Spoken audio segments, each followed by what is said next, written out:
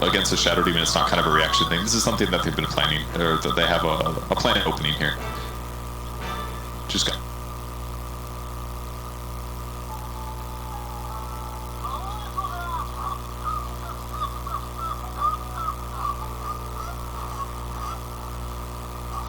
His name was Paparazzi at the time, or is it more clear? I don't know.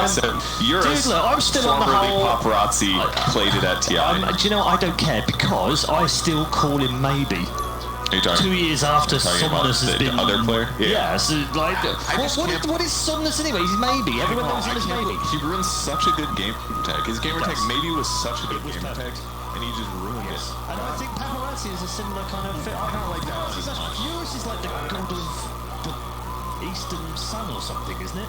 I think somebody earlier tonight said... is there a Greek god? I'm going to look it up. Wind from the east, aka the opposite of the Zephyr? No, it is. It's an Eastern wind god from Greece. Right, opposite of Zephyr. I'm pretty sure that's what it is. And I'm going to look it up in a minute just to be sure. But yeah, rubbish now. Not the base. I like shortened, like, 4 to 8 characters, simple word. Paparazzi's a bit longer. I don't like it. You don't like it? I don't like Paparazzi. So you like Eurus better? No. They both suck. Good. Kevin, Paparazzi's better. Again, that's fine. It's better than Eurus. Axe I can pick for Liquid. Alan picked out 5 heroes, by the way, earlier on, which I want to test both of you. He picked out Lesh Void, Kunker, Abba, and CM. We haven't seen an awful lot of CM today. What about the 5? He just picked 5 heroes instead? Those are the 5 that we're going to look at this as part of the meta. not these 5 have to be picked together. Is he just trying to count? What is he? This is a math thing. He sat somewhere just going, bloody idiots, I never said that. I assume you implied, like, good heroes, right? Yes. See, these were 5 meta heroes that we felt that would probably be featuring quite heavily throughout the tournament. CM is the only one that that didn't immediately say, like, yes, I see that hero a lot. It's a sometimes hero, definitely, but not the same as, like, Faces. But it has been very popular recently. Yeah, it's a good hero. It's a pretty decent hero. You can pick it in a lot of cases, and it just works. I definitely agree with it being viable, but we'll see. We'll see if something else becomes more obvious. The Void Ban? Yep, we got banned. Void Ban. Faces Void, pretty good. Pretty good laning. Chronospheres are good. He gets amplified well by all the common items at the moment, so good hero. What's the mentality here, Will, for Liquid? Without revealing too much, obviously, but what's the mentality? What are they looking at and why? So I think like the bans are pretty prepared, just because Liquid knows that they play the Enigma both ways. They're trying to get rid of all the two-way heroes, like offlane Night Stalker plus carry Night Stalker that they did in the quals. Enigma runs both ways. TNC really like Chen, like that's just from the ban angle. I don't think that Team Liquid were probably not prepared for TNC to go 1-2 more Earthshaker. Yeah. The region that likes it by far the most is C. If you recall, March picked it all the time for 23 Savage. Oh, Like they were the ones that did it like literally every game, so they probably think that the combo is still busted. I think it's very good. So the question is, like, especially in this kind of draft position, is do you think that the Axe counters either of those heroes? And I think the idea behind it, or what Liquid will most likely do, is look to go for some sort of aggro and give this Axe like a one-on-one, because Axe beats almost every other offlaner in a one-on-one position. Like if you think about LC, Centaur, all those, you get to drag the creep wave into another set. You just double up on everybody else's CS. That's why the Bat Rider was banned right here. Like, I don't think there's any other reason you ban Bat Rider there, unless you're thinking about giving your Axe a one-on-one, because it's the only one that beats it. Yeah, rare hero, because it just does magic damage, falls, doesn't have to... Yeah, you kill the Axe really easily. So TNC right now, they're going to take the Undying, Liquid take Tusk, which lends even more credence to the idea that they might just straight up go for a 3-on-3, and then give this Axe a one-on-one matchup. Because Tusk is a good tri-lane here. Yeah, you don't necessarily have to, because you can defensive tri-lane as well, but when you take these three heroes like off the bat, you feel pretty confident. Plus, like, Tusk is one of the few 4 heroes that you feel, like, aside from maybe like Leshrac, that can straight up kill the Undying. He doesn't just get to trade decay hits, like, you actually put pressure on the hero. Is it difficult trying to be careful what you say? Incredibly so. Yeah, that's what. Yeah, and that's why I don't want to put you too much on the spot. It's more your thoughts. Yeah, but as if you were. I'm trying to give you guys also like. Yeah. Like once they pick, I'll tell you everything. Okay. Because then it's kind of like you're gonna let me take the easy things to say. That way I don't just say nothing at all. It's like trying to be on a draft panel with like Black and 1437. I just sit there and they just talk the whole time, and I'm like, God, I don't know anything compared to these guys. So next pick is for TNC Predator. They have really crappy lockdown outside of Earthshaker right now. Lane-wise, obviously the Undying, they do a Venomancer. Yikes. Good against all 3. Yeah. Have you guys ever tried going Tranquil Boots into Arcane Boots Venomancer and then following it up with an Octarine Core and a Kaya? No. That's Slax's build. It's really bad. Hell? It's really bad. They're not going to do that. Nobody should either. Why did you just put that out there in the Because it's world? been on my head and for too long. I had to argue with people on Reddit why it was bad. It was bad, dude. Anyways, the hero is pretty decent if you don't go that garbage. Alright, so I told you they were going to aggro, right, when they took the Axe, and they took the aggro hero. So they will 100% aggro this morph. They're going to scout early on to figure out where the laning phase goes, and then they're going to save their TPs. I'll just tell you everything now that it's been done. So SD, so you take SD, you take Axe, you ban out Bat Rider so you have a good one-on-one matchup, Axe versus anything. Then you take the Tusk because he's like the best tri-lane hero because of Taxi. Then you follow up into the Visage. I think the reason why TNC took the Earthshaker there as well, like the Earthshaker morph combo, is because we're Liquid's probably like one of the cheesier brew teams.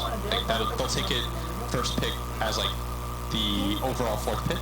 And so when you take the Earthshaker right there, you have the option of flexing him into mid as well. Yeah. So then you don't really hard lock yourself. Like that's March's way, I think, of preventing the cheese later down the line. While also giving them a good combo. Yeah, exactly. So it's like accomplishing 2 things at the same time. Yeah, which I think is really clever. And then Visage is a good tri-lane hero because of the high damage and soul assumption, right? So yeah, so they take OD now as like the core counter to the morph, and it just, once you get, I think what Liquid's probably thinking is once you take this OD and he gets BKB, he should be the strongest hero in the game. And so now, TNC, if you have second pick, you need to pick a hero right now that you feel like just overall wins you the game. Like that's the point of second pick, is you might have 2 weak lanes, which they probably will, but they'll have one really strong overall, like, this is the game-winning hero. What is that hero? I think it's a pretty good... I'm trying to think of the heroes that Armel plays. Like, I don't think it's a very good... It's a good TA lane. Like, TA versus OD feels okay. But I don't know if it's a good TA game because there's just so much lockdown for her, and there's a lot for her to get through, and she doesn't burst very quickly. A lot of those heroes look kind of hard to kill, even Shadow Demon included. It's like, and they have OD managed too. I don't think TA works very well. But whatever hero it is, it has to be like this wins you the game. There's no counter to it. Is there room for an invoker? No, a Puck. Okay, well, Puck is one of Armel's heroes. It's really nice here because there's no instant disable, and most of the Pucks nowadays they're good enough to dodge the Axe call with phase shift, and I think Armel's just a really good Puck player. And even like silence and anti-mobility against the enemy team is good. They have saves, but they can't necessarily save and then disengage against Dreamcoil. So I think Dreamcoil could also keep people away from Tombstone. It makes it easier to land Earthshaker combos. Like Morphling's going to be able to move in and out of the fight without getting caught as well. So there's some really good things about Dreamcoil this game. Yeah, I think that they probably needed another, because I think the Earthshaker is always like a nice way to start a fight, don't get me wrong, but I think that it's even nicer when the hero gets space to play. Like sort of how PSG LGD do it for FY, where it's like, you get to play the Earthshaker, you can wait in the back line, come in with some game-winning Echo Slam, but you need a hero to start that momentum for you at first. Okay. So do a couple of on-the-spot predictions. I already know where Will's going. Kevin? I don't remember the drafts, but I'm going to pick TNC Predator. Okay, why? I don't know. I just have a lot of faith in anybody that doesn't play Slax's type of Veno, and also just. What was that field again? I don't want to repeat it. Phase into tranquil. Yes, it was two boots. Yeah, that was way too crazy for my liking. Anyway, we're going to move on from the nonsense and get into game number 1, which means handing you over to our commentary team, Capitalist and BSJ. That's right, Brian. We're going to be casting together, I think, for the first time, right? Yeah, you know, other than without the random people blocking out the synergy that we're definitely going to have. We've been on many couches together, but now finally you and I are going to have some alone time. You got the warm up with Toby. How was that? You know, hopefully, I was expecting it to be a bit more of a challenge. You know? I was going to say that. Toby is... Casting with Toby is casting on easy mode. Yeah, it is. Right? You can say whatever analytical stuff you want. And then he just screams, black hole! And it just doesn't matter if you're It's going to right. be nice and easy, but here, your analysis is going to have to, you know, be a little snuff. Exactly. You're not going to distract them enough for my incompetency to go unnoticed. But yeah, I actually like TNC's draft a lot. What I want to talk about real quick with the drafts is it just looks like the long drawn-out fights are in huge favor of TNC. You have hard initiation and hard saves from Team Liquid, but none of their heroes really operate where if the fight lasts longer than like 10 seconds, I think they're just going to get kited and inevitably turned on by the fact that they have no disables for Puck. Veno's obviously the king of long drawn-out fights, and so it's all going to boil down to if they can snowball this game where Morphling gets bursted because you have OD combo plus Axe, the Venomancer gets off to a rough start because you have the Tusk kill potential with the, what do you call that ability? Walrus Punch plus tag team. The tag team. Early game tag team, obviously mid game, the Walrus Punch with it is ridiculous damage. Right now in the meta, I favor the team that likes longer fights. I think it's just hard to rely on winning very short fights, and this last pick Puck against no disables, I'm going to trust Blitz's judgment on the fact that Armel can just, if he has timely phase shifts, how do they kill him before the sheepstick coming out from OD? So I'm not a huge believer in Veno, but I actually think it's a really nice Veno game. Well, we may have our first blood here already, as March does sacrifice himself to be able to pick up 3 bounty runes for TNC. That's going to be the trade-off. And Team Liquid give it to Insania, the extra bit of gold for him. We saw the odds come up, and it did heavily favor the Liquid crew. Really?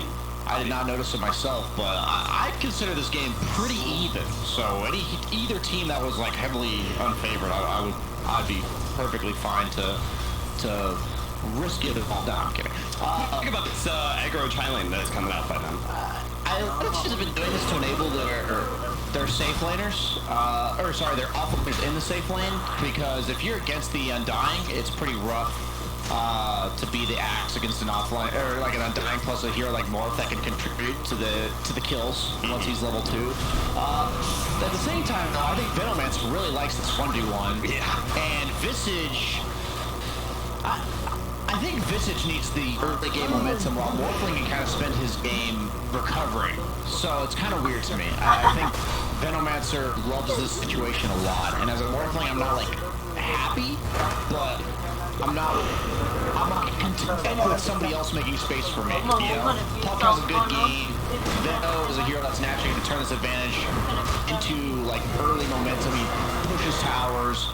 But Axe doing a good job here. You definitely just dodge the lane. Once Veno gets level 3, 2 points poison thing, you just can't.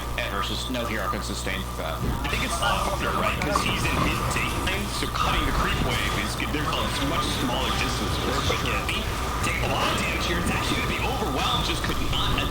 his strength fast enough. Taiga almost being the return care there thanks to a hefty amount of soul rip damage, but 2-1 now for Liquid as their aggressive tri lane does continue to keep the pressure on that Morphling. Yeah, the tag team plus the soul assumption is like just a boatload of damage. And in the current early levels, you're going to see this Morphling struggle. And you're going to have to see the early movements from TNC basically be away from this Morphling.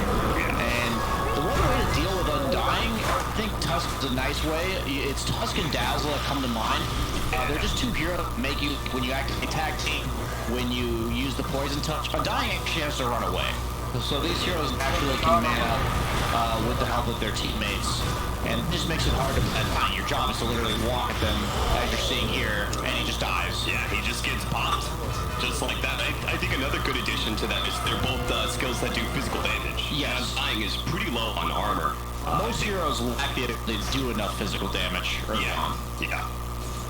Tag team, even poison touch being small exceptions here. Boxy is going to try and cut the creep with he did last time, but KP immediately strong, forcing Boxy to maneuver back over the bottom lane. Insania is going to be chased down here, but they do get a real good charge.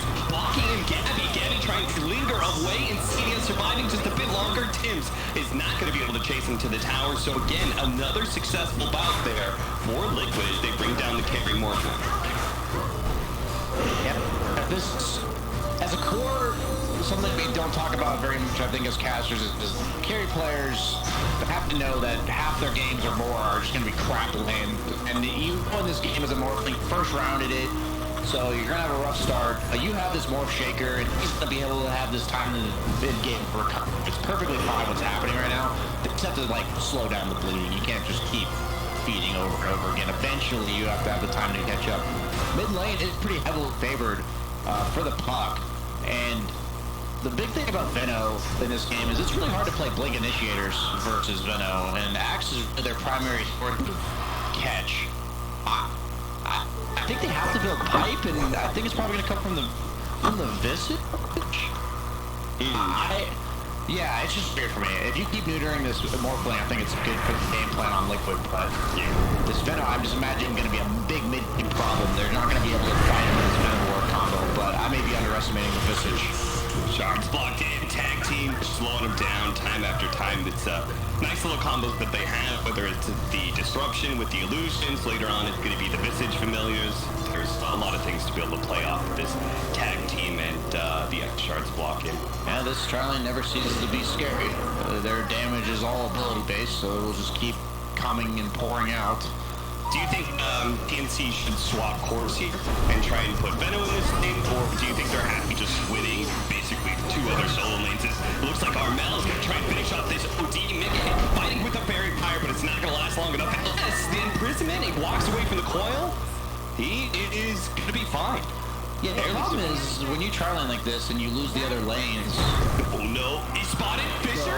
Oh, that's actually, I'm not sure if it would have been up anyway. It was a level 1. Still though, Timt is going to stick around as he sees Roxy. He's trying to clear through some stacks right now. Steals what little he can. He just stole a big creep, and maybe, it's gonna hurt a lot when he stole that medium creep, but no, it's not. At least getting some of the experiences. Well, 47 and 0 is what Boxy's had on CS, obviously. Heavily elevated by the fact that he's been neutraling a lot. Yeah, it's interesting. He has a lot of more CS than the Veno, but he's losing by 600 net worth-ish. So, and this is the big thing about Veno. Turns this early lead into towers. I think losing towers to one hero like this, you're eventually going to have to leave this Morphling alone. That's what I mean by when you asked earlier, are they gonna like move this Morphling? Yeah. I think you're just content saying, are you just gonna keep dedicating 3 heroes to my Morphling when you're losing a tier 1 to Veno? And look, you're getting so much off the map. Puck's having a good start. What is that? 1,100 gold above the OD in mid lane. When you try lane, the 1v1s are way more important in my opinion, because those guys are getting solo levels, you know, full. They're going to accelerate the game much better than the Visage, who's level 4, 6.5 minutes. One try. But he's only level no birds online yet. At some point in time, that Puck who is going to be kind of over-leveled and high lane's going to be under level. One rotation wipes, you know, all three of them with a good coil, and then all of a sudden it feels like the last minutes of tri laning has gone down. That's so interesting. Your fuck is lower than the OD, but you have wins by 1,000 net worth. Nice Fisher blocking. That's going to treating Nick has to turn that fight, but it's not going to be able to get anything off before he gets down. TNC not going to be able to chase down Instania, but still applying the pressure on that mid lane. Continue. The orb not quite nicking Instania as he continues to try and fight it out. Trying to protect his mid-tier 1 towers best he can. Looking to be able to back another Fisher block. This time, not going to be able to catch Insania. Blocking him in. Another orb. Dodges that one, but the puck is going to jump over. Armel is able to push him off. And now they're going to be able to slow down Taiga as well. Taiga blocks out the puck, though. And maybe the puck, and they go for Armel. He has another orb, jumps away. He's going to be fine. Slowed down a bit by the battle hunger. But otherwise, that is a hefty push that came in from TNC. Got a couple of hero kills, but in the end didn't actually result in a whole lot of tower damage.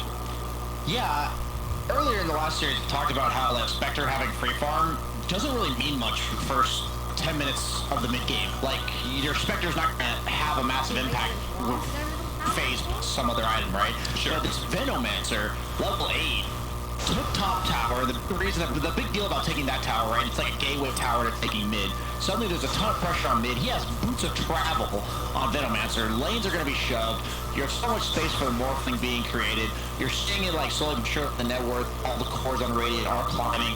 And like you already saw there, without any survivability items, puck's like almost impossible to kill. Just an orb away is pretty much invulnerability here. Rotating the Gabby to enable. There's so much tower pressure. You have a 4 position level 4 Earthshaker free farming the lane top.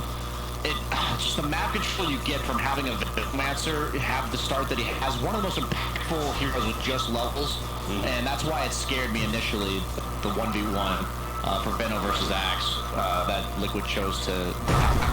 The Fisher looking to be able to block out the Axe, allowing him to TPUA just outside of the range. Good play there from Tim's.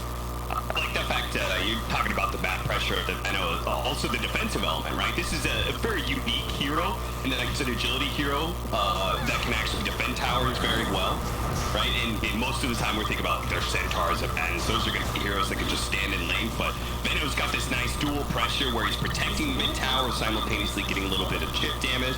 This frees up, as you said, the top lane. You know, Tim confirmed that as the Earthshaker. They've got the puck who can rotate around the map, making plays. All this is opened up by just a great laning phase start. In high-level Dota, I think a 4-position greedy hero farming the opponent's safe lane at this stage of the game is like the biggest sign of being ahead. Like, you're really far ahead when this is the occurrence. That's like these 4-position heroes. Like, he has a tome, he's gonna be level 6, already 800 gold towards his blink.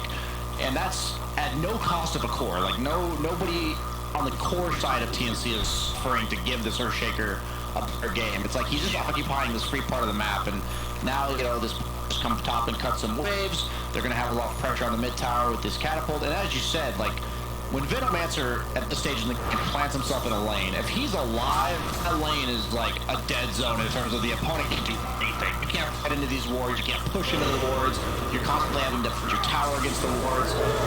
And mid lane, they're going for the call, but he does get the adaptive off. I just like the way Veno's moving, right? They now are letting the Morphling take over the mid lane. They're saying now that Visage is level 6, we have 3k lead.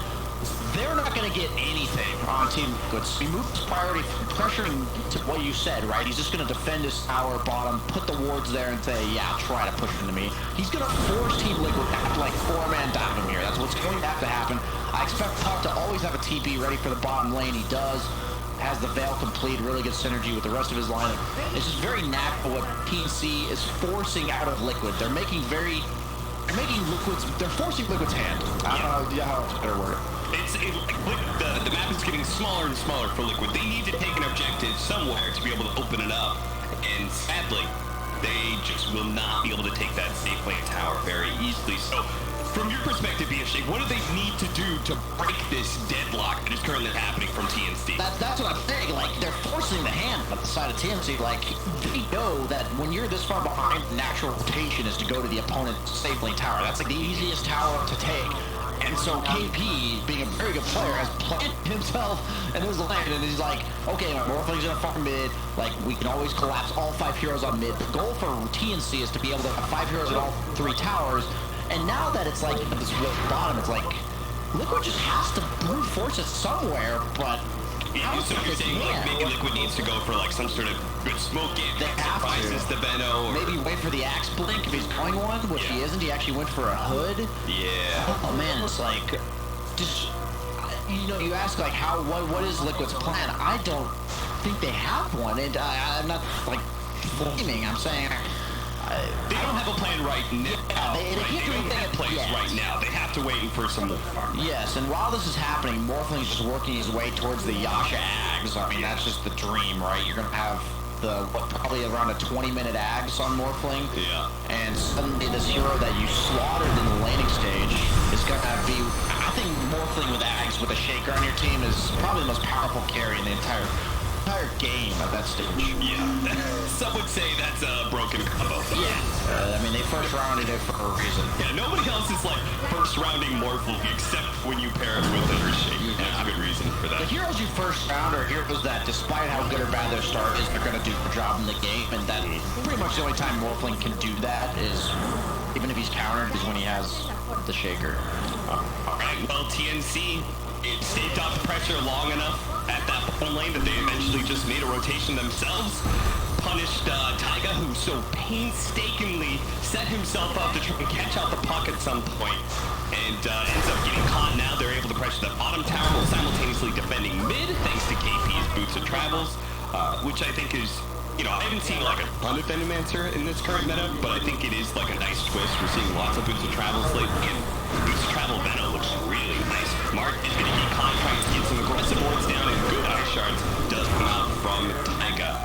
And maybe this is the kind of things that Liquid needs. Sometimes when you're just kind of stuck in a situation where you know you can't make moves, you just have to wait, keep farming, and meanwhile, top.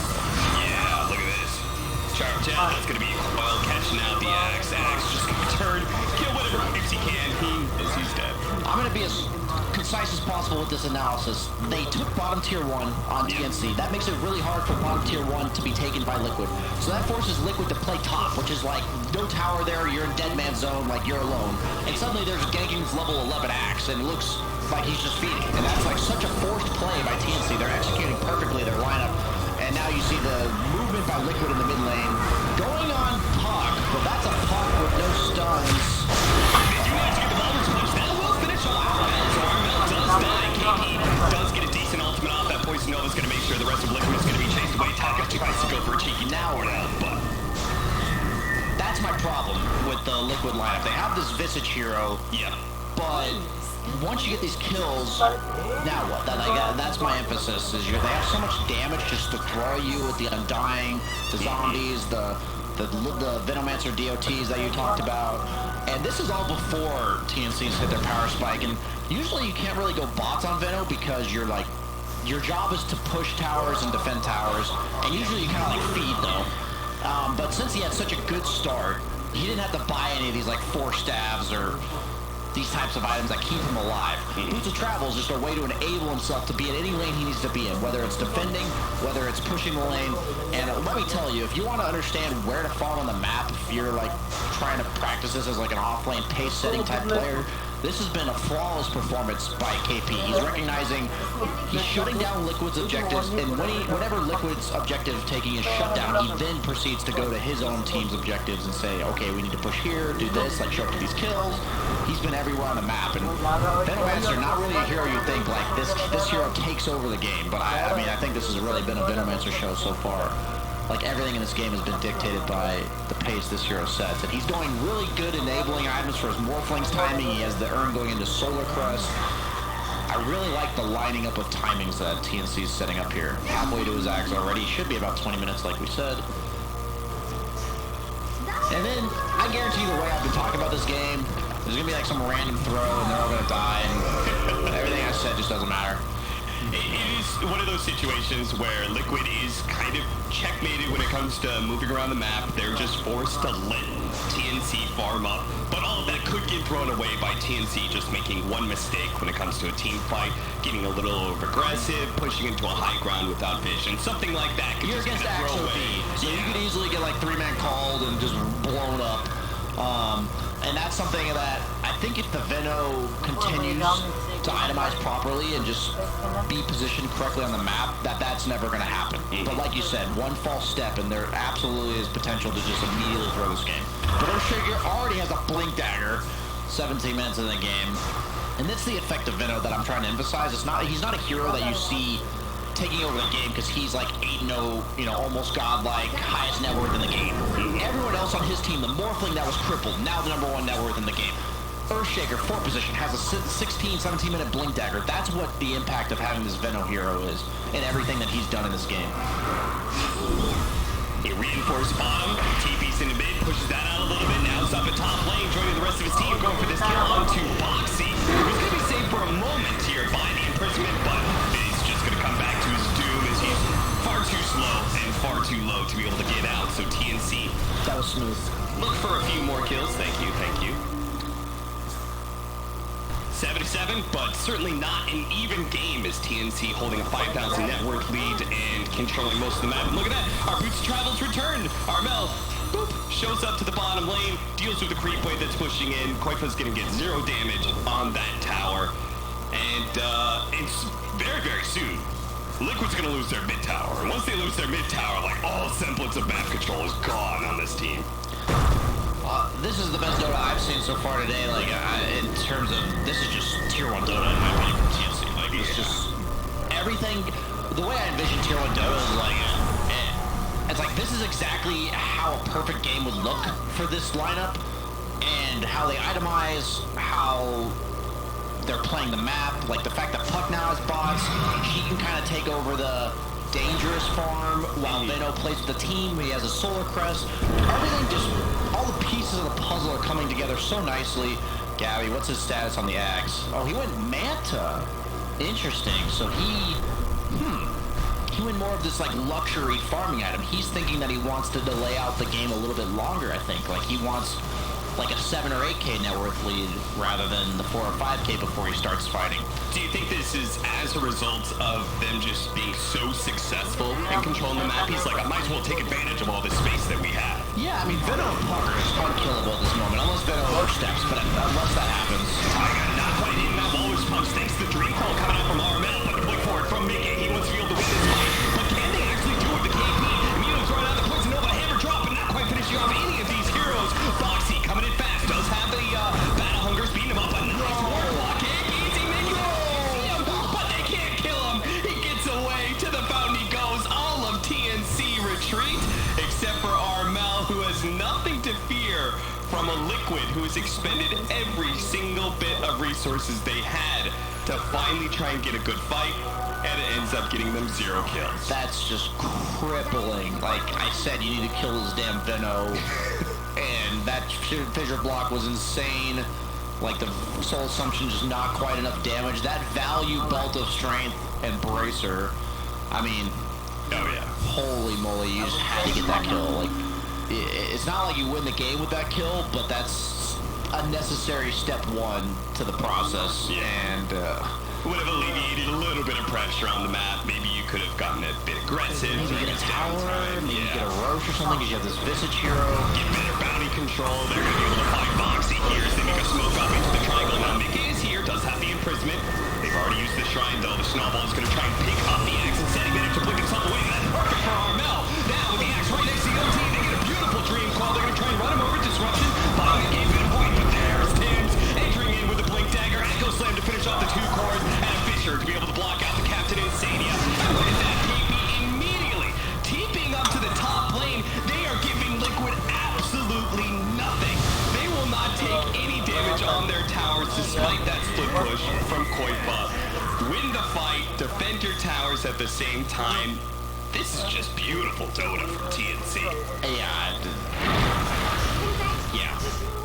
Their lineup conceptually is just so good against what Liquid has. Like, Liquid has all these saves, you have the Shadow Demon Disruption, you have the OD Imprisonment, And you have this Puck Veno that just thrive in these long fights, like throwing out all the nukes from Puck on low cooldown. They have no immediate stuns to kill the Puck, so he can just play super aggressive. Venomancer is just going to wear you down over time. The Poison Sting, ridiculous amount of damage as a passive. And now, he's built to enable his course first. It also enables Roche whenever they want to take it with the Solar Crest. And now, he's like, well, the only potential way we lose this game is if OD just goes off. So I'm just going to itemize to screw over OD. I'm going to buy this Halberd, and then eventually you might even see like a Shiva, something like that. Making himself tankier as well. Yeah, it just makes it hard for the AD bursted down with the Heaven's Halberd plus the Solar Crest. He's got just way too much HP. And he took the Poison Sting slow. I like that a lot because you have the Axe, OD, and Visage, all 3 cores with no innate mobility. So that 12% slow, it is slowing them, right? Like they are going to be consistently slowed on all of their mobility spells. Oh, the smoke up there going to be Lansley. Jump on the Venomancer, trying to blow him up the snowball on through. Continuing to change sun move while Response is able to finish off the kill. They're going to deal with the Tombstone and then start marching forward. Can they finally take a tier 1 tower 23 minutes in? Liquid looking to finish up that mid-tier 1. And with 35 seconds on the clock for a Venomancer, they might just be able to do it, or maybe TNC. They're trying to make a pass play. Armel thinks he's free up here in the top lane to go for that tier 2, but caught by Boxy. They have the snowball. They're going to try and chase this Puck after he jumps away, but it's just too far out. He's not going to be able to make it in time. That means that mid lane push, they still get the tower. Yeah, the problem is the only way you're killing this Veno is smokes. He still gets bursted down, gets a little bit too close trying to protect that tower, and Liquid, they may not have gotten the kill at top lane, but still, decent win between the Venomancer and that mid-tier 1. I'm curious to see if Boxy considers going for a Shadow Blade here. Usually when you're against Veno as a Blink Initiator, you almost need the Shadow Blade, because you're walking through Veno wards in order to get on top of this guy. If you don't have a Shadow Blade, you have to be smoked like you were there to actually get that Blink off. And wow, that's the right move for Liquid. They had to do that. They had to kill the Veno to get anything done. But like I said, you're only getting those kills when you're smoked, and that's just rough. You do have the Ags already done on Morphling. His game is accelerating like crazy. Yeah, Visage suffers against these split-pushing type cores, and you're against Morphling, Puck, and even a hero like Veno. You do have a pipe, though. So that's really nice for the team, the sustain aspect.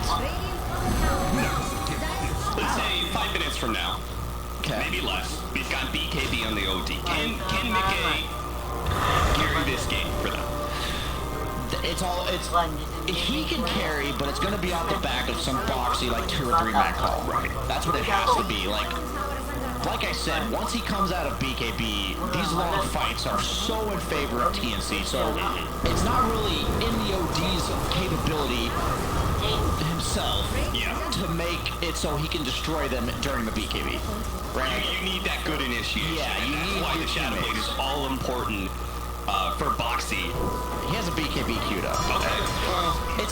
It's his job to throw himself in, but I think if he doesn't get a 2 or 3 man call, it's just not going to be enough. Yeah. If they see the BKB from OD, you're just going to see a hardcore disengage with the Axe, Morphling, the Puck. Oh, Tombstone coming out. Insania's not sure which one to do. He's going to try and back away from this Tombstone, but he's very clear. Oh, Jesus. That's the power of that Morphling. He's going to be jumping forward as that Earthshaker. Thanks to that Aghanim Scepter. There's a buyback already from Insania. Knows how important this fight is to be able to win. Snowball protecting him. Gabby gets Waller smoking him up over time. The hammer's not quite enough. He goes back into Morphling form. He does manage to survive. Barely. Now turns on his Taiga. Will be able to finish him up. But Fisher slowing down Big A, who has the damage over time on him as well. Even as he's saved by the disruption, there's nothing really to get him out of here. He can imprison and disruption and do all of these things, but there's so much AoE damage. Gavin jumping even farther forward to be able to catch Koi Bob next. A stun on the Boxy as well. Gets the call onto Gabby, but Gabby being healed up by the Soul Rope means there's no chance to be able to claim that kill. Jumping forward again. There's no escape from the Aghanim's Morphling. Once you have been broken, nobody is getting out of the fight. An Aghanim's Morphling with an Earthshaker on his team will catch every single hero trying to retreat. Yeah, I mean, the turn potential, that's what I meant when I said they win, like, long fights. Their turn potential is insane. The Puck Coil, the Shaker, the Axe Morphling, the Veno Ward slowing you as you're trying to run away. They have to win the fight in the first, like, 5 seconds. That's what I was trying to explain in the draft. And this Morphling has this, like, critical threshold of dying with the clutch Soul Rips on March, like, saving Morphling not only during the OD ult so he can get his replicate off or whatever it is that you switch from back and forth, whatever the actual active on that's called. But yeah, like, if you don't get him instantly, you're just going to lose the fight, right? Like, They got initiation on Armel with the Walrus push. Fisher comes out with Gabby. Able to stop that one quickly. Blowing out the offlaner. And now turning back towards poor old Taiga, who is nowhere to be able to run to. And Liquid, they're just bleeding out now at this point. Hemorrhaging kills, hemorrhaging buildings. TNC will back up as they see a buyback coming in. No need to get greedy. They've taken a tier 3. They can go for shrines next. This game is well in hand for TNC, and it would take an epic throw to give Liquid even a chance at coming back. yeah, it's definitely... their draft is not meant to be at this pace. That was a bit confusing to me when they picked like this Visage OD combo. OD a slow hero, Visage a hero that wants to set the pace of the game. And this Venom pick was just so good. But yet they picked the Visage into the Venom. I can see why you have this pipe aura builder to sustain, but in my opinion, there's just like no such thing as sustaining against Venom. Like, it just doesn't work. Eventually, as long as there's some other hero to actually carry the game, the Venomancer is just too much of a problem. And I know I'm highlighting him despite us watching this Morphling jump around with Ag Shaker and everything, but he's the one that set all this up to happen. And now Gabby obviously just taking over the torch, or he passed on the torch to Gabby, whatever the saying is. And it's just easy pickings from here. I feel like they have the Scotty done on Morphling against OD. He couldn't even burst him when he didn't have the Scotty, the extra int, the extra health pool. And now you also have the Scotty against ranged cores. Scotty was really only nerfed against melee cores, but they have OD, Visage. So, with the Aegis going Satanic. Oh, just happened to land right on top of Insanity. Gets one shot by that Enchant Totem and will be finished by the dead. That's a BM Dagon, man. It's a level 5 Dagon coming out there. No, I think you're absolutely right, by the way. Like, I think you did a great job highlighting, like, what Kate was doing so well. He was able to create all that space. They're going to find their initiation on Gabby. Gabby, you don't have the agent, so Liquid cannot finish him off in the first place. Imprisonment goes down, but he's going to come back where he'd enchant Totem to way out and flying that back in. And interesting, though, for a moment there, trying to go for Koipa, has a horde of zombies on him. Liquid gonna have to give up this lane of barracks, it looks like. I didn't know that interaction when you say he's going to show up on the other side. Yeah. Oh, what a beautiful Manta. And that is a lane of barracks, and TNC give up nothing for it once again. I mean, how many times have we said that TNC have made a good play and have given 0 kills, 0 towers, just very clean Dota by them at this tournament? Yeah, I can't even fault Alliance. I think that they kind of got, ever since the landing stage, they set the pace of the game on TNC and they never let up. Yeah. They have, like, if you have a superior game plan and the lanes go your way and you play flawless Dota, you're just not going to lose. Like, that's just Dota in a nutshell. In these types of situations, teams will really only lose if they just give it away. It's like, it's TNC's game to lose, right? Yeah. It was never, in my opinion, Liquid's game to win. It was just at any point they were just at the hands of some poor positioning by TNC. And at this point, the ease of execution for TNC is just so hard. And now Gabby quickly joining Armel at the pickup on the Insania. They're going to be able to blow up this OD. He has his BKB, but honestly, what's the point? The physical damage of Gabby would quickly overwhelm him one way or another. 2 heroes down. TNC continue to just run back and forth around the map between their 2 boots of travels and the Aghanim's Morphling, allowing you to be able to quickly move across vast amounts of terrain. There's just not enough space for Liquid ever outside of their base. And if they don't get outside of their base, then eventually they'll find their tier 3s falling. Yeah, this is what I like to call shepherd mode for TNC. You have the sheep on Liquid and you say, your fence is here. If you cross this area, we're just going to remind you you're not allowed to go out there. And Liquid just 27,000 net worth lead for TNC. Look at all those tips for KP. I mean, TNC agrees with you. KP was the reason. You have to rely on your offlaner to like take over a game like this. I think in this patch, it's very important that the offlaners are versatile, that they can be these save type heroes, or they can be the hero that's just going to pave the entire way for your game plan, and that's. I think KP has been nothing short of just impressive ever since I've watched him this whole season. Obviously before that, a little bit of lackluster results. Yeah, no, I think last year's wasn't the greatest KP that we've seen. Yeah, but he's obviously been a very well-known player and very successful player throughout his career, and I just love watching conceptually flawless Dota, and KP has done that. And then obviously now we got the luxury of watching the flashier Morphling, but maybe for some people it's more like PTSD than actually enjoying that aspect. Out of position here. Liquid trying to jump on him real quickly. Having Hamburg buying so much time though. KP finally wears off on the game. He will drop the hammer to be able to finish off that Venom. But look at Gabby and Armel into the back line. They go. Already finished off that Shadow Demon. Now using all that physical damage. Look at making it. He takes the Morphling out of the fight for a moment and will manage to finish off the 5 position of TNC. But nobody can deal with Gabby.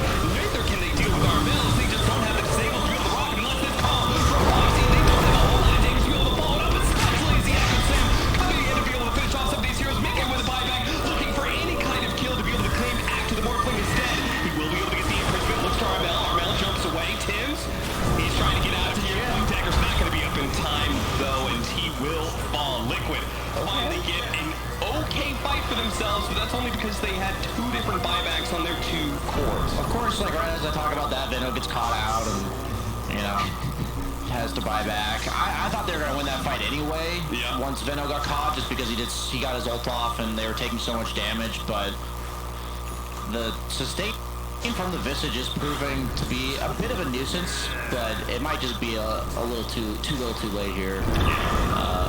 At the end of the day, it's like, yeah, that was a good fight, but you had to use 2 buybacks, and OD just doesn't have an answer to this Morphling's physical damage whenever he just enchant totem jumps on him. He's beat up the BKBs, refresher right? rate, by the way.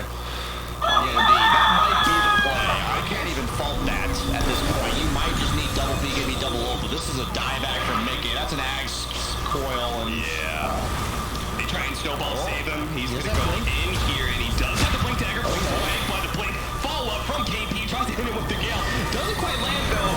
But the orb over the top will make sure that Mickey does fall. Boxy does manage to get the call on Armel. Armel gets bursted down. Can they grab more? KP trying to slither away, but quite those birds hot on pursuit, but they can't chase for long. They know Gabby's got to be around here somewhere. And Taiga, poor Taiga. Zombies, poison slow. They're going to leave him to die here in Sania. I'm not even sure if you can turn around and save your ally. Disruption going down, but obviously he's coming back to the same spot he was before. What a beautiful picture. Finally, Gabby shows up once again, hunting down Insania at every turn. Beautiful Fisher block coming in from Tim's as well to be able to catch Koifa. Make sure he's not going anywhere. Gabby with the double damage. I want to see him one-shot somebody. Insania, who's popped back. This is almost got one shot. Stop. The Gravekeeper cloak were down, and he almost got one shot. Alright, Foxy. Oh, there he goes, Insania. Oh, it wasn't quite the one shot, but he does finish off with the adaptive strike. Foxy's going to fall as well, and that leaves no buybacks for Liquid, and just Taiga all alone in the round. TNC. Oh, I guess they did get enough gold for Foxy to be able to buy back, but it won't make a damn difference. Gabby with the satanic pickup and an ultra kill for game 1. What a dominant performance by TNC. BSJ, I think you pointed out very rightly all the things that were going good for TNC, and there wasn't just a whole lot of mistakes. So I want to take this back like 33 minutes ago. Should they have shut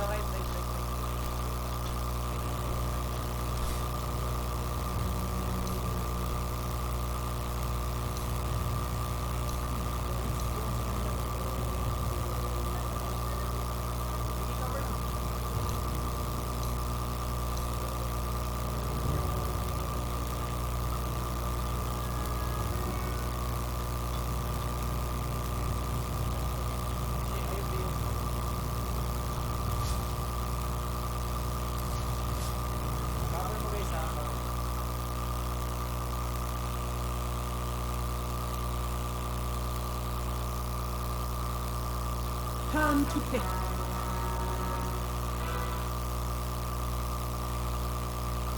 They win their 5th one in a row. Yeah, Like, maybe this is the one that they finally fall off. It's almost like they And spend, it's amazing that they fluke 2 TIs and 4 majors. It's astonishing that they were that fluky. they spend the whole year channeling their spirit bomb to do well at TI. So basically, Liquid, they could be shit for another 8 months here, and it's going to be fine. The way Right that I look after at that, it they have to be good. is like, if you bomb 2 tournaments and you do okay at or if you do well at the major, like, Yeah. does any of the players really care look, that long? you know, again, context.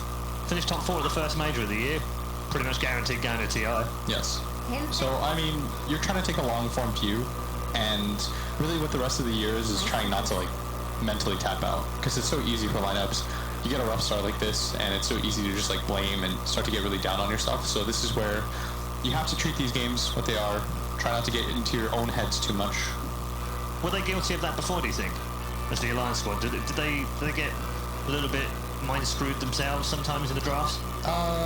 In the drafts, yeah, I mean, I think, especially with, like, remember the whole gyro situation and stuff like that happened. That was what was Yeah, sometimes stuff like that just happens. Yeah. It's just where it happened that was so unfortunate. For those who don't know, the accidental pick instead of ban. This time it's a proper pick. Yep. I mean, Gyro was not that popular leading up until TI, but then like a month before, everyone kind of like came to realize that he was one of the best cores in the meta. Well, because before that, he was spamming in with the IO. Yeah, because like basically Gyro's buffing and nerfing had been tied to IO, literally and figuratively, for so long that it was like difficult to give him buffs because you're like, but IO Gyro's busted. Why would I buff Gyro? Right. So Gyro kind of sat in this weird place for a while, and then eventually IO got nerfed so many times, IO goes away, and then people are like, wait, he works by himself. We just need to buy the right items and play him in the right way, and then it's fine. And the itemization helped a little bit. People buy Ags, that kind of thing. Finally came into its own. Now he will get nerfed. I really like that assessment. I hadn't really thought about it like that. That's because I've always been a big fan of Gyro myself. I've been advocating for the Ags build for a long time. You probably know. I probably talked to you about it. But like anytime I read a patch, I was waiting for the buffs, and they just weren't going to come until the pairing got bad. Yeah. You know what's fun is that whenever I think like Kevin's an idiot, like he'll read a patch and say, I think this is good. Like in the moment, I think he's a fool and no one does it, and then like 4 months later, it comes back around. 2, 1 maybe. Is it not like Clinks pre-TI 2 TIs ago? Yeah. it eventually swings back around, and I look like the fool. But a lot of the times it's like I'm calling a B hero or a B plus hero. I'm like, this hero is gonna be good, and then it just takes like a couple of the A minus heroes to get nerfed, and all of a sudden that B plus is like an A minus. It's a bit like Coddle, isn't it? Coddle? Coddle has been a bit like that in the past, where he has those phases where he kind of goes out of the meta but doesn't really get changed too much, and then suddenly he's back in the meta and everyone's picking it. You're like, what? I mean, he was even picked at TI. A little bit, but not much. Like almost. He was like. There was like 5 heroes left and Coddle was on it, and then he got picked a little. Yes. But like since then, yes, he's been played. But that's because all the other best supports nerfed a little bit, and all of a sudden there he is. He's an A minus hero now. Yeah. Haven't been picked. I haven't seen him here yet. I've seen a couple of bans on him, but not picked. I don't think. There was one earlier today. Maybe in one of the other matches. On the other streams. Maybe it was a different one. I haven't seen an awful lot of Void today because it's been banned an awful lot, but it has been given out, and it's TNC that've got it. Yeah, PSG thinks it's a broken carry hero. What it is it cures you team fight, no matter what. Like, this hero scales at all parts of the game. You never feel bad about having Chrono on your side. His talents are pretty good. Late game, if you don't have a save, it almost always feels like Void just pops Chrono BKB, and he's gonna make the fight at best 4-on-5. And it also just like guarantees so many kills. Like even in the early to mid period of the game, just because Chronosphere is so reliable. You buy a lot of attack speed items. The Maelstrom Mealder build is really effective, and he's got good talents too. Just does a lot of damage right now. I think the time lock bash talent with your proc chance is just fantastic. And he's also taller now. Sure. I don't know. It just seems weird. For me, I don't know, it's an optical illusion, but he just seems taller now. His feet are very close to the camera. Seems he's clearly standing in like a flying V. He's trying to look bigger. Yeah, I think you're right. He's probably just pushed forward more.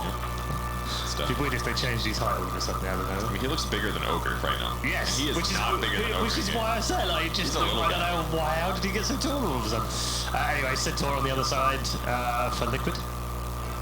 Well, I think that's a really good, like, I was trying to think about like why they decided to take that. I thought they'd pick something like Pudge or something, but I think the reason for the Centaur is just high base damage, really nicely in the lane against the Face's Void. And I think the idea was that they probably thought it was an Ogre 5. Right. But now what they're showing is that it's an offlane Ogre and a safe, it's going to be a safe lane like Void plus Undying combo. So now you have pretty good lanes again for TNC. Like, I really like what March does. Yeah. He's trying to keep things as open and flexible as possible. He's actually, by doing this, taking the role of first pick, and he's putting Liquid into a weird position, because normally here you should be able to counter pick once again. But now it's a little bit weirder in terms of like the draft order.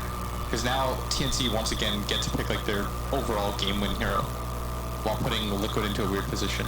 What is it about those MVP boys, by the way? Because nearly all of them have been drafters or coaches in the last couple of years, and they're all bloody brilliant at it. Yeah, I think they just have good ideas about the game. They probably learned a lot from each other. I mean, we can take a lot of credit for this. We went to Korea and we basically that's what I was trying to dig at, Kevin. we slapped them around for 3 months and we forced all the smartest, best players to form under one team. That was the only possible way they could beat us. And then once we were destroyed, disbanded, and struggling for money, then they went on the international stage, and now they rule the world. That's what happened. And now they're just spread across a number of different teams doing great things in drafts. Exactly.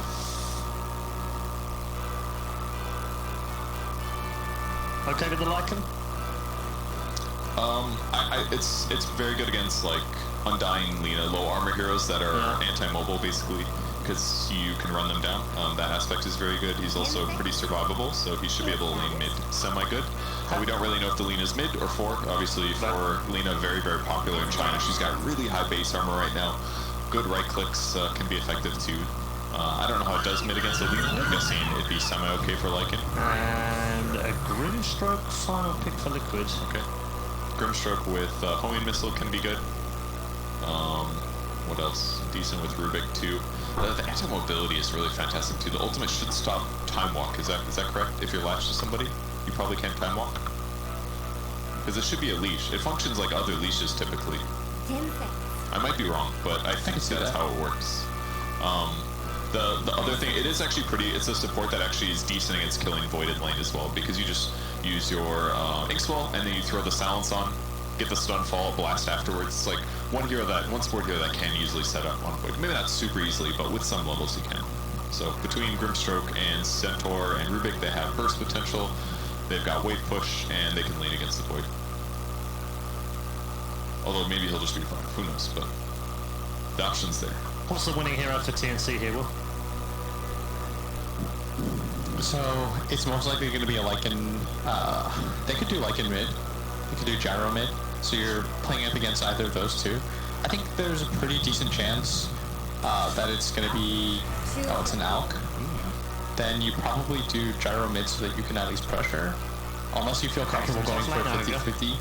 Okay, so it's going to be. And Alina support. Is that right? Yeah. Yeah, I guess so, yeah. Yeah, okay. So yeah, Tim's on the Lina.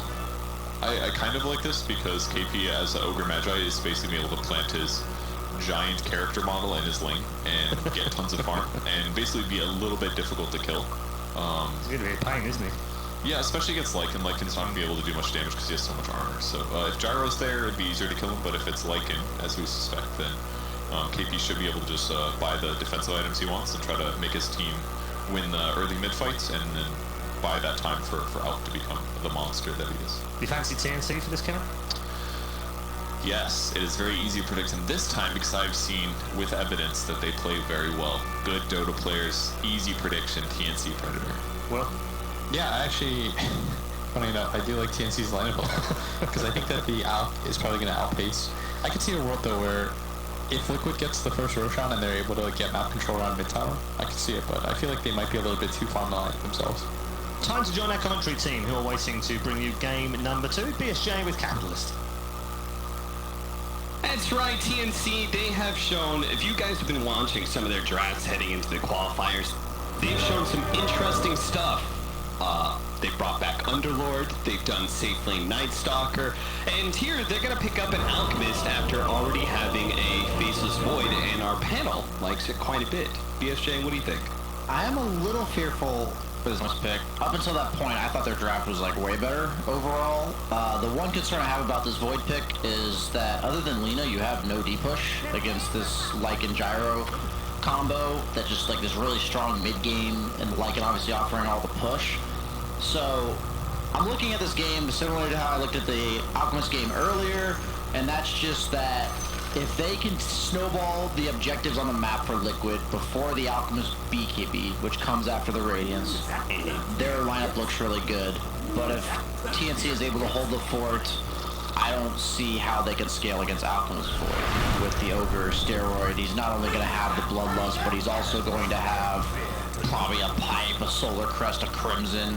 Yeah. These types of items that just effectively give extra slots, right, to the Alchemist as well as the Void. So I have to give late game to the Radiant, and I give like the 10 to 25 minute window to Liquid, and the rest of the game is TNC. So that's what I'm looking for. I do think this draft has better potential for Liquid than last game, but they definitely have a fire. And that is something that Blitz kind of touched on, right? Is that he was saying the one way I can see Liquid winning this is taking control early and getting that first Roshan, and that's going to be the really big window of taking objectives, trying to take control of the map. And choke out an Alchemist lineup. We're going to an even split of bounty runes this time around. Will be the Gyrocopter mid and the safe lane Lycan dealing with the Ogre Lina lane. When I saw that drafted, I was like, yeah, I guess that probably is a hero that is tanky enough, has enough regen that could deal with Ogre or Lina. Do you think it's good enough? I don't think any carry can quote-unquote deal with Ogre Lina. Like, it's going to be a hero that can retreat to the jungle somewhat early, and I think he's going to do okay, but I don't think there's really a carry that wins the game, or wins the lane against Ogre Lina. Like, in the entire hero pool of Dota, I don't think there's one that does, so you kind of just got to survive the lane. That's the power of picking this Ogre core. You know, the hero doesn't scale as well as a lot of other cores, but his laning prowess is insane. You have to set up stun for Lina to get the Light Striker Ray, and then pretty much any carry in the game just gets right-clicked by Lina, and it's super annoying. Yeah. You can see they're actually dual laning right now against Armel, and Sania is going to camp out here, maybe in part because of what you're saying, that this is just not a lane that you can really beat or deal with, so maybe it's better focus all your efforts on trying to deny as many creeps away from Armel as possible. Meanwhile, they've got the aggro dual lane, the Rubik Centaur classic duo, but Boxy already taking a lot of damage. The retaliate stacks are being built up, though. See whether or not he can actually get some good CS from it. I don't know, man. I'm not sure if I've ever seen Groupstage successfully in a mid-lane dual lane, but they will manage to get the first blood as he just gets a bit too close. Mickey does get stunned up by Tim's, managed to draw off the aggro of the tower and will survive as a result. A safety fairy fire just in case, and Insania will pass over a healing salve as well. Yeah, I mean, I think that's really important to force out the Lina rotation. Now that gives Lycan like 1 or 2 creep waves for him to get that extra. Like once you get level 4 or 5 on Lycan, you can just rotate between jungle and lane to defend. It's just those early couple of levels that this hero is really weak. Yeah. His will scale very naturally well as his passive. So it feels a lot like the safe lane Beastmaster, you know, where your summons make it really hard to beat this hero in a 1v1 because he just can out CS you all the time. But those first couple of levels, those summons are really weak and just can be free gold. Absolutely, yeah. Quite just being patient, biding his time, waiting for, you know, whenever the Lina leaves, get some CS, otherwise bottom lane, trying to go for a kill here onto March. They're going to pop the all those stacks that he had earlier from the retaliate. They're going to use that against March here, finish him off.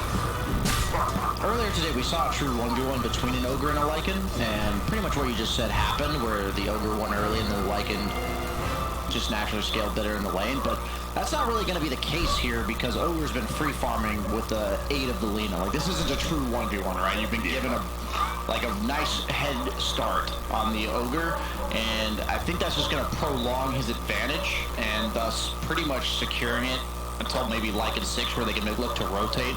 I would like to see an early Crimson Guard from the Ogre. Other than Gyro, their early to mid-game damage, like from Rocket Barrage, other than that, there's really no way to deal with that damage mitigation. Jesus, they just will not leave Armel alone. Time and time again, Insania shows up with Inkswell alongside the homing missile. And is Alchemist like really the hero you want to be shutting down, right? I talked about this with the Morphling. This is the hero that the rest of the team is responsible for making space for. Yeah. So as long as the other two cores are having a good start, you're eventually going to have to deal with these other two cores, and you're not going to be able to shut down this greedy hero anymore, right? So I don't know. Like I think I would want to prioritize the Void and the Ogre. I don't think the Ogre is really like, abusable, and then Centaurs against an Undying. I mean, Gyro and Centaur are getting the starts they need. So I think all in all, like, Liquid is set up to potentially ramp up the pace of this game quite fast. I like this Bastion a lot, by the way, on Void. Any carries that lack creep wave push, I really like to buy Bastion in these types of games. Like I talked about, they're going to be under threat of being pushed against a lot, and they want to do as best they can to fight against that. Bastion doing a lot for that. But yeah, top lane. From behind, an easy kill on Tim's. Doesn't actually get the telekinesis thrown back. And as a result, I think they're going to miss that kill. Very unfortunate. Rotating both supports up there. That should have been a kill on a support. And then Koifa just kind of free farming the lane. But with the 5-minute shrines coming up, Lina is going to be able to stay in lane with this Ogre. And the race may come about that time. The race to the boundary runes. Boxy does manage to grab it. So another 2-2 split. Pretty funny that a level 2 Undying is like man fighting a level 4 Centaur. Yeah. It's just crazy when you have strength heroes against Undying.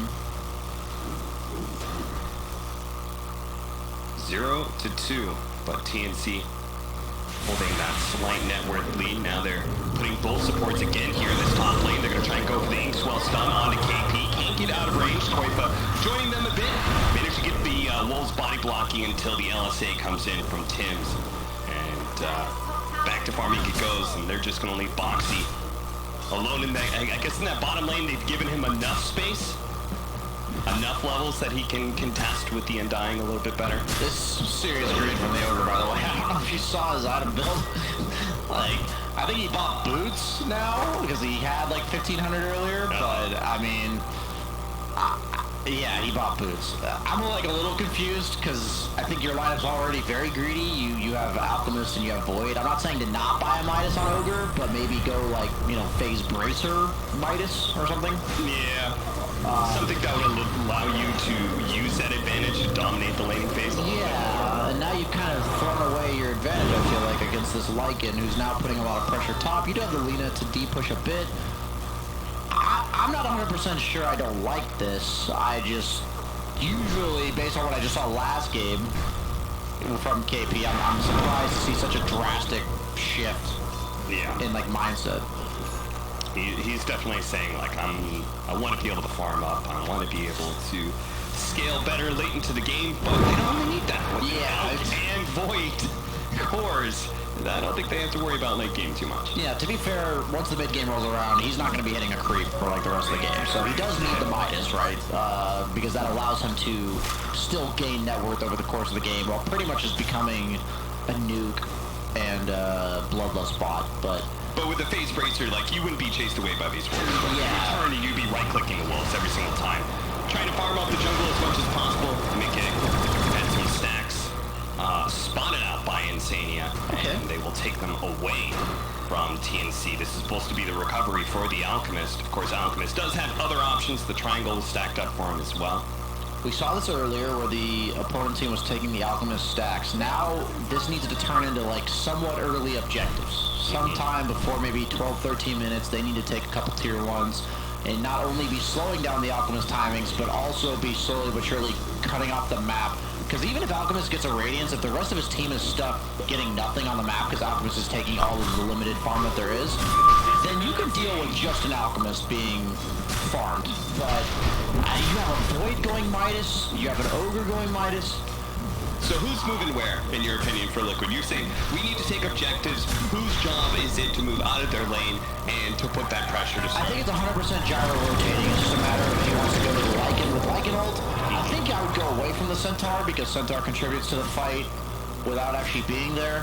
So I think gyro rotating to Lycan's lane or vice versa is definitely going to be what happens. It's whether or not they think mid lane or top lane is the priority. Oftentimes you rotate to your off laner's lane, but oddly enough, this game likens your tower push, and gyro's kind of like your mid game strength. So I think it's naturally going to happen around the mid lane. Yeah. But they seem to be content. What is Lycan's timing on the Helm Dome here? Okay, so he did just get it. Okay, he's going bottom. I almost would have preferred mid, but if they want to punish bottom too, that works for me. What's the plan here to kill this Void? Maybe force the time walk? Yeah, trying to force out the time walk. Gabby knows what's coming, so he's running the opposite direction of Boxy right now. Runs to the other side of that cliff. Does throw out the Chronosphere and TPs away. So that it, if they force out that ultimate, and very likely are going to be able to take this tower as a result. Because I don't know if TNC want to be able to defend, especially given the greediness of their lineup and no Chronosphere. Well, yeah, they happen to rotate to the one lane I didn't list in the 2 lanes I said, but either way, the concept is there. They did force a rotation, and this is classic Void Dota right now. What, lucky bashes? Just bashing you and never dying, pretty much. They will manage to find the kill, though, onto March. And maybe Silence landing onto the Void. Time walk coming up. He will manage to get a small distance away, but Mickey continues to chase him. Still, though, he's already healed up enough. They are beginning to cut into this jungle area. That allows this Lycan to keep the push going to bottom. And if they rotate to bottom, that allows this pressure in mid. They can start chipping away at that mid-tier 1 tower. So this is a win-win situation for Liquid right now when it comes to taking objectives. Even better if they can kill KP here. The telekinesis retaliate maxed out stacks, but KP is still very tanky. Maybe if he had a phase boots, though, he'd be tanky enough to survive this. But as it is, it looks like Boxy should be able to chase him down. KP is going to try and juke his way through the trees with this Quelling Blade. But Boxy continues to cut down trees as well to keep some eyes on the KP, making sure he cannot juke his way out of this one. 0-5, Liquid still not holding a net worth lead, but again, they are matched up against an Alchemist, so. Yeah, this is the deciding moment in the game, right? You have Alchemist Radiance coming out soon. You have 2 Midases on Radiant. Like, they are up by 1k gold, but you don't feel any of this net worth. You effectively have like 8,000 net worth on the Radiant side that does nothing. So, this is when the exactly this. Running over Tim, see if they can keep him chained down, quickly blowing out with a big ball. Now Armel chasing him as Spivis on top. Look at Megan coming in from the side here. They're looking to be able to steal stacks and maybe steal Alchemist's life away as well, as Boxy does not have another stun. They're going to run out of damage here, and if they're not careful, KP may punish them for diving in a little bit too deep, but this is perfect. Liquid taking control of the jungles. This is what you have to do against an Alchemist, but can you keep that control? Doesn't look like it. Armel just comes right back to farming stacks. No breaks, Liquid. Keep going. Keep doing exactly what you're doing. You have to. You don't want to, like, feel panicked, but you do need to have a sense of urgency. The double Midas is already online. Lycan obviously going for the standard stuff, but what's there, like, naturally once you take the bottom tier 1, you do rotate to the mid tier 1.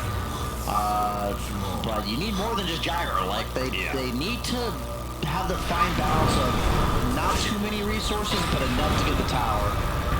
And nice little tombstone donation. They're going to make the commitment right now with at least the Centaur trying to catch out Tim's. Quite by himself, not committing. But just using some of his summons to be able to chase him away. Now trying to take down that mid-tier 1 tower, but you can see TNC, much like Liquid last game, putting a heavy premium and trying to protect this mid-tier 1 tower, keep that net control, and that's where the Void comes in with the Chronosphere, looking to be able to blow his time. They do manage to get him. Tims gets out the damage just before he falls, but it looks like March is going to get gobbled up by Big A as well, and eventually TNC, they will manage to make this hold. Even without the Radiance and the Chronosphere being used, Liquid have to back up. They just did not bring enough heroes to this fight, with the Centaur still occupying the top lane. Yeah, that's concerning if they're going even on fights. Like, I'm emphasizing, I think that's about 8,000 net worth on Radiant that does nothing. It's like a Sacred Relic and 2 Midases. Yeah. So, you're effectively ahead by 8,000 gold on Liquid. And you're kind of losing, like, it's an even fight.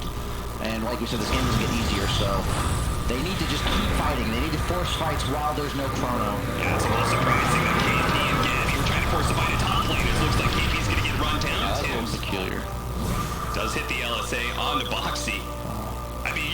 like, you gotta keep up on Liquid. You gotta force fights. TNC is the one running at Liquid with no Chronosphere.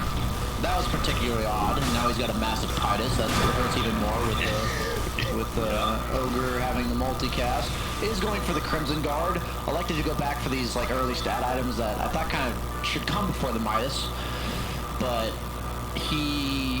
once they get those items, they're almost impossible to kill. But Liquid has this window right now to punish. And they're clearly aware of this, right? Like the way they're playing. Another round of shape shift. The LSA does immediately land on Koipa, but he managed to get the Centaur stun on his with a ball of stun. Coming up for Boxy, that's going to be both supports immediately dead. And it looks like March is going to be chased down as well. 3, 4, and 5 position, plus the mid-tier 1 tower all falling. Liquid taking huge advantage of this downtime. And I have to say, like, BSJ, at some point in time, you're saying, like, you have to take advantage of this timing. Isn't it also on TNC, like, don't you want to put the brakes on a little bit? Don't you not fight this line at some point? You have to take, like, you have to select your fights very carefully. I think their fighting with Chrono is really good, but like you said, like, them, like, forcing the fight in top was really weird, and now that you don't have Chrono mid, you have to stall as much as possible. You have to force Liquid to bring 3, 4 heroes to take your towers, but then you have to be careful to not just, like, chain feed while your Chrono's on cooldown. You just question every time I see these types of games, you know, we see them ahead 12-2, but they are losing in net worth. I know it's an Alchemist, so it's kind of like you're kind of expected to lose in net worth to an Alchemist, and an even game may kind of promote okay for Alchemist, or the team against Alchemist, but I don't think it really works that way anymore, like with Alch. He's a hero that just comes online so quickly that that early net worth can be felt. It feels like he's way more of a mid-game hero than he used to be, right? Yeah. So we're not looking at Alchemist 5 slots when he comes online. It's like 2 items. Yeah. Maybe 3. And you're ready to go. Looks like an initiation onto the void. A big one with a silence follow-up as well. This carry's having a hard time getting out of all these disables and will fall. It looks like they're going to be able to catch March as well here.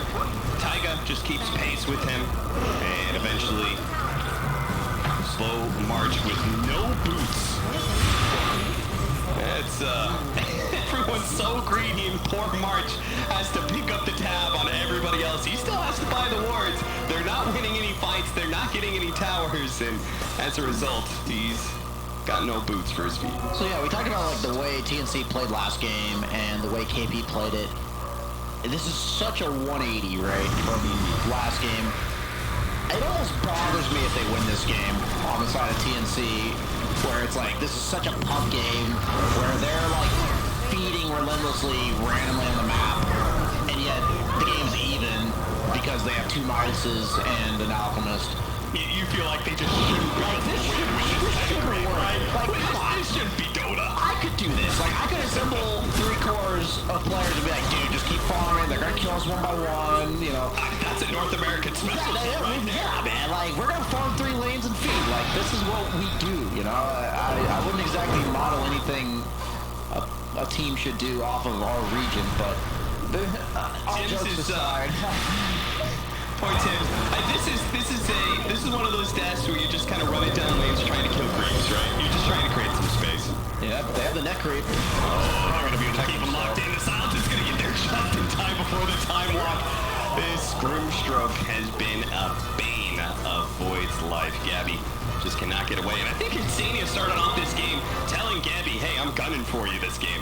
I mean, I think Liquid, carrying over from last season, they operate best when Boxy's allowed to run around the map killing people. Yeah. And this is exactly what situation TNC's given them. I almost think this is like a slap in the face by TNC saying, like, we don't give you any credit to, like, shut us down, you know? Like, you're not going to do what it takes to shut us down here. Yeah, I mean, Liquid just needs to keep doing this. Like, we expected this in terms of, you know, one team's got the crazy-ass late game with Alchemist plus Void. But, man, TNC really put all their eggs in one basket of greed and to the next level here. And it's really forced them into this, like, dodge, push out lanes, and trade bodies for getting lanes pushed out. They're actually looking to take a fight now, it looks like. Nice catch onto Lena. And at the same time, with this big chronosphere, they can actually take down Nick Aving Max at the same. He goes out and multi-cast. That's going to keep Nick Aving in place long enough for Gabby to be able to get the double kill. But here comes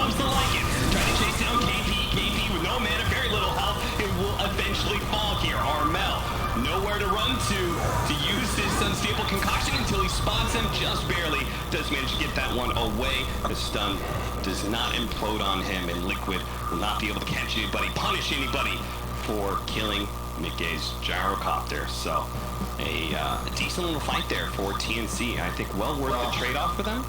Yeah, the massive Pitus. Oh, Again, man. Grant would be... He's probably shaking in his sheets right now, you know, he's laying down enjoying the game with the... Oh. He's just sitting somewhere watching some NA pubs, and he just feels a shiver down his spine. He's like, somewhere there's a Midas. I can feel it. It's all cool. He's like, I'm gonna pull up a Hector replay. to make me feel better. Yeah, that's a pretty big death on the side of Giants. It's crazy, man. How do you have a game where they're up 19-4 and it just still feels like all the pressure's on them to get something done here? Yeah. Alchemist still crazy, skyrocketing in the network. Lycan falls off in terms of damage output. You're gonna have a Shiva's coming out on Alchemist, and you have a Crimson being worked on slowly but surely by this Midas Ogre. Pretty funny to see that he had a free farm start and now he's below the Rubik in terms of net worth. Pretty standard Alchemist things when you're not having like a really good game. You kind of see the effect of not having a good game on the rest of the team, not the Alchemist himself. We do have this brief moment to appreciate the 420 in terms of kills. Everyone see grips in chat and all that kind of stuff. You gotta appreciate that. 20 minutes in, too. Yeah, you gotta appreciate it, you know? Don't forget the memes. We know the metrics are deceiving, so BSJ, give us your expert opinion. Is Liquid winning this game? Are they performing this lineup as they need to? Or was this gyro pickoff too much? Disclaimer, expert being loosely defined here. The only expert we got. Yeah, we're limited here. It's so funny that you say that because it's like, I really don't know. I'm like, I think they're doing what they need to do. Like, they're just killing them over and over again, and they're kind of getting objectives off of it, but is it enough? It's like, begs the question, like if I'm on their perspective, I'm like, we're killing them, and we're pushing lanes, and we're taking Roche, and yeah, why are we not like at their pace right now? Why are we not winning the game already? So I think they're itemizing well. Lotus is really good against the time dilation, against the Alchemist stun, the Ogre stun, the Lina Laguna. There's a lot of good reasons for this Lotus orb. It enables the gyro, like I said, we were talking about during the draft, you and I, that gyro works way better with saves, so kind of like a pseudo save in that regard, like an item to throw onto him. But man, Alchemist is such an annoying hero, man. Yeah. They just somehow have accrued this 2K lead despite everything, and he's gonna have a Shiva's. In my past experience, whenever I play Lycan against these types of heroes, I eventually just do no damage in fights, and then you turn into this like weird split push game, and then it's like awkward because you're like this pace setting hero that no longer wants to fight because you don't do anything. So it's not easy for him to kill the supports because they have like Alchemist and running at you and the Void to save them, and you're gonna have the Crimson Guard on the Ogre, Medallion already on the Undying. With everything I just said, I accomplished effectively nothing in terms of answering your question.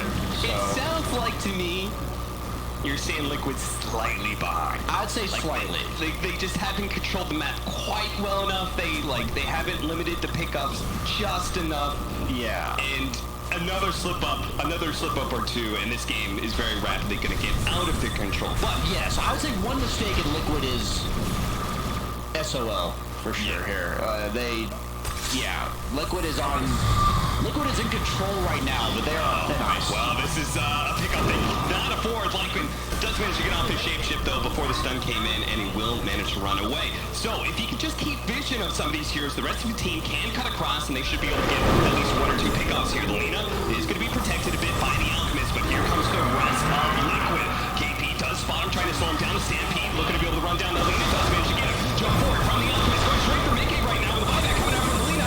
Can they get him chain stun, or Mickey's just going to turn it by after all? He's got an Aegis. They can't really focus him down, and it's going to be Armel who dies instead. Mickey survives a little bit longer before that Aegis finally falls, but Gabby with a BKB, he's still to Chronosphere, and he's going to let it fly just as the gyrocopter coming back alive. Can they save Mickey's life? No, they can't. The last multicast is too much damage,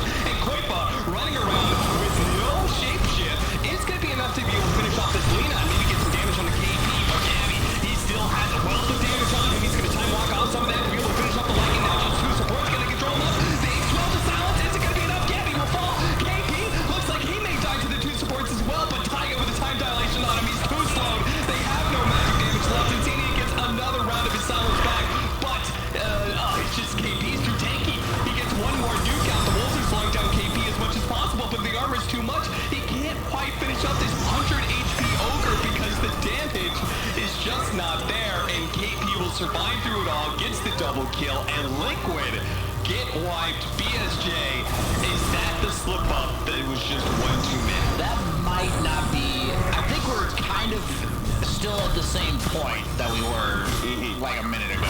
Like, I think that was a wash, but at the same time, like I said, the longer this game goes on, I don't think this game is out of reach for Liquid yet. Like, that's not like the game-ending slip-up. Him dying there, though, You cannot die here. Just this time around. Does have 20 magic stick charges, though, and will be able to get some distance between him and Armel. I was like, I just came back to saying it's not over yet, and then he's about to die on Gyro. That's the problem, though.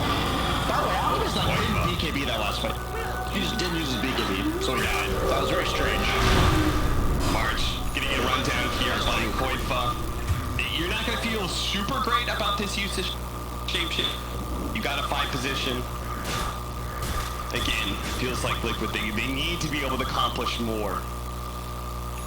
I'm very happy with the itemization from Ogre. I highlighted the Crimson Guard. I think it's a big deal. The Shivas as like damage mitigation. I'm talking about like some games, you're the team that has to worry about surviving, or you're the team that's worried about killing the other team. And in this game, pretty much when you have an Alchemist, you're always the team that's worried about surviving. Like, if you survive, you generally win the fight. And so they're gonna build the damage, like make this Lycan do ignorable amounts of damage with the Crimson Guard plus Shivas, because the Summon's attack is really slow, and obviously the Crimson Guard block for all of his teammates. Even a support is tanky with that. And the Gyro Flak is really good against that too. Earlier we saw this, and I'm just fearful that eventually they're not going to be able to kill this Alchemist. And it's not just because Alchemist is tanky, but he also has this void behind him. And so you can't afford to 4-man the Alch, because the amount of damage you need is from 4 heroes, and then you just get 4-man Chrono. And they have plenty of damage to just dump into the Chrono. From the Lina as well, even just the Ogre nukes at this point. I like the Force Staff. It basically breaks like any combo that Liquid's gonna throw out at them. Like, you have like a Centaur Blink into Grimstroke Stun into Rubik Lift. It like breaks the lift. Really nice to basically say we're itemizing to survive. It goes along with this whole theme. You know, I didn't really love the Rush Midas, but KP really making it up to me with the items he's choosing to build now. Taiga, nice chain stunning here. It's gonna allow them to get a good follow-up from the Gyrocopter now. Beautiful stun by the two. What a better Chronosphere. Locking down the back line. That's 3 still down. Beyonce over the top of the goal. Finish off big game. That is Liquid losing a fight big time. Koifa might be able to sneak away into the night here, as he will not tick out from the damage between the Radiants and that Ignite, but TNC still solidifying an easy win. Team fight into Tier 1 and Tier 2 That's exactly what I'm afraid of. 4-man focusing an Alch, and then you get 3-man Chrono. It's like, when you think about it as the fight plays out, and each team is imagining, how do we win this fight? It is so complicated for Liquid. For TNC, it's like, just plant Alchemist in front, Crimson Guard, and Chrono if they go on. Like, it's just so simple. Stuns for Taiga once again. The telekinesis into the unstable concoction, setting up Foxy to finish off the out. And now, without that big damage dealer, they're free to chase down whatever TNC heroes they can catch. First is going to be March, next is going to be Gabby, but he pops his BKB for fear of Taiga catching him once again. And, well, at least that'll be a BKB charge down. Liquid, though, they have to hit back hard at this point in time. They are losing control of this game as seen from that big Chronospheres fight. They're hoping for an early Roshan, but sadly it's not up for another minute and a half. Yeah, I will say I'm being a bit biased right now. I'm like rooting for Liquid. I've already said it's not for any other reason than I just don't want an Alchemist with 2 Midases to win the game. Like, I just don't. It should not be okay. I don't want viewers to be, like, enabled, you know, by what they're seeing. You know, like, let's go to our 5-man stack, pick Alch and buy 2 Midases. Does manage to get it off on a KP, but Gabby does manage to get the Chronosphere, and only locking down the 2 support zones. Foxy able to get the jump in to finish off that core Ogre, but it looks like Taiga is going to be ripped apart by Gabby, so he does manage to finish off those 2 supports, jumping in for more. No time dilation to slow down these heroes. Foxy's unable to get away, had no blink up thanks to all those zombies, and now it's TNC's turn to look inside the Roshan pit and be a little disappointed. No, he's going to wait. March, no! Well, I guess I'm rooting for Liquid, so they must say, what are you grabbing? You said until the next Roshan. Oh dear, that is not going to feel great, but Koifa really with no shapeshift, he wasn't going to get away from that. Well, they know about that vision on the high ground now, but it's a bit too late. Apparently I have a hard time reading it. I thought it was going to be up in like 10 seconds, so. You're like, stay in the pit. I'm like, what? Just, you know, Stay in like the pit for 15 more seconds. Yeah, 15 more seconds, it's fine. At this point, obviously, the momentum tipping in favor of TNC. Yeah. It's getting almost out of hand for Liquid, but we saw them first down the Alchemist last time. They're going to be tossed together as well. Oh, no. Didn't actually get those tossed together, so Gabby not going to be chain stunned and will not die as a result. Another BKB charge being used, but... That's just so brutal when you can't finish these heroes off. The Void Time Walk, the Alchemist obviously with just innate survivability with his ult. Going for the full Mjolnir as well. So like now that they've tanked up enough, now they say, now that we're living, we're gonna kill you while we're living. That's like what the goal is for their item progression here. The concept is coming together. Like everyone on TNC is clearly on the same page in terms of the way they're itemizing and playing the game. Yeah. They are like aligning up their timings really well, despite the flame on the fact that they have like all the greed. They did say all of our heroes are going to hit the power spike at the same time. We're all going to build the same way, survivability into damage, and 7,000 net worth, 31 minutes. Roche is the huge point of contesting here. Here's another timing for you. The Ogre, who already has that Crimson Guard plus the Plate Mail, potentially Lotus Orb soon. The level 20 talent coming in. Oh, the 40 strength, right? 40 strength. You're talking about surviving. Boy, Ogre. If he's a man, he'll take the bloodlust attack speed. I could dig it. I'm okay with either one. I mean, you're he's not a man. He decided to increase his health pool by 40%. Yeah. 31 armor is now a 3,000 HP Ogre. He's gonna draw some attention somewhere. Yeah, Gyro just can't stand against these types of heroes. Yeah. Like as the game goes on, he gets Chrono, he's gonna die. He gets Blink Alch stun, he's probably gonna die, or at least lose like half his health and spend the entire fight running. So I worry for the fact that their main source of damage on Liquid is Gyro, and he is gonna get ran at for the entire fight. Yeah. And it's pretty impossible to like avoid what TNC's spitting out here. You have Chrono, you have Blink Alchemist with the Shivas for vision. There's really no way to position against this stuff. Similar to what we saw earlier with Alliance when they picked Sniper and the enemy team could just easily close the gap on him. Gyro's kind of the same thing, but instead he's going to be planted, 800 units closer because he's a short-ranged hero rather than a sniper. Do deny the DD. That was honestly probably a game-ending DD. Yeah. Because he's especially killing since anybody. Liquid can now take that opportunity to smoke up. Can they get the opening they need? Can they run into Gabby and burst him down? They're going to run some March. It's not the best target, but it is a pick off the launch. He slips away with the force damage coming out from KP, and they do manage to get some control on Dominican for a while. Now they're doing the Chronosphere, and they can't really protect at all in this situation. And Ziggy is being burst down by Armel on the back lines. They finish up the supports. Taiga falls as well inside that Chronosphere. Boxy will manage to TP out, but no buyback for the Gyrocopter, not for another 2.5 minutes, and he's down for 95. This is looking like the beginning of the end for Team Liquid. Oof. Man, it's so miserable to play Gyro in these games when you have no save and you're just against Void. You just get Chrono, and you're like, oh, I'm dead. That's basically how it feels. Like when you don't have Aegis, when you don't have buyback, they're just going for the GG push, like in no ulti, Centaur no ulti, Grimstroke no ulti, dead heroes. They know he has no buyback because the timer. Actually, yeah, here, timer. Down. And I mean, there's just no damage for this lineup. They're gonna try and jump in with Boxy with the X12. That will manage to blow up one of the supports. Lead is dead, but so is Insanius. Gabby's quickly dealing with him. Boxy's trying to lay his damage out on the March. It's just not really doing anything. And Armel will finally turn to finish up the objectives. Now we finish off Boxy instead. A nice 3-man stun from Boxy. Can he get back to the fountain to regen up? He will. He'll be fine, but his tier 4 will not. And his throne is rapidly falling. Taiga's going to try and slow it down with a bait bolt. Telekinesis around. Kuiper running around with his shapeshift. Not sure what to do because he can't really do anything against this Alchemist. He's going to go for the backline, trying to finish off March again. Boxy with a sick 2-man stun. Armel, though, is able to pop his BKB unstable concoction. This time the Centaur will get knocked out of the fight.